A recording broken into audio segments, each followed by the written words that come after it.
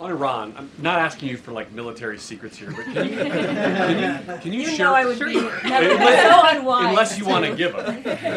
Can you share a little bit about the president's thinking on whether or not to strike Iran, who he's talking to, what information he's consuming, and why a strike might be necessary on a nuclear program he says was obliterated by the last U.S. strike?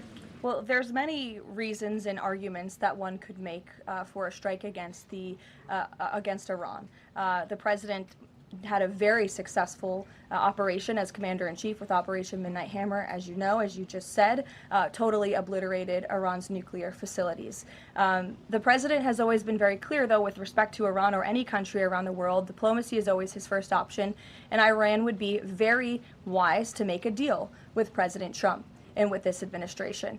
He's talking to many people. Of course, his national security team, first and foremost, and you know who the members of that team are.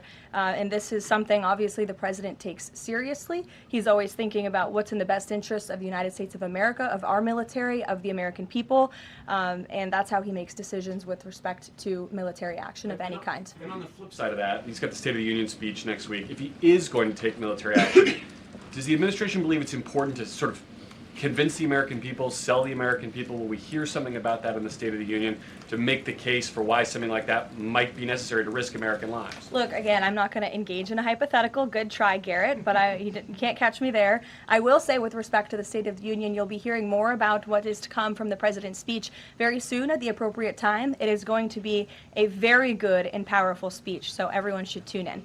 The president seeing enough progress in the Iran talks to let negotiations go a little further. I mean, where do things stand after yesterday's talks? I think you heard from the administration and the State Department yesterday that there was a little bit of progress made, but we're still very far apart on some issues. I believe the Iranians are expected to come back to us with some more detail in the next couple of weeks, and so the president will continue to watch how this plays out.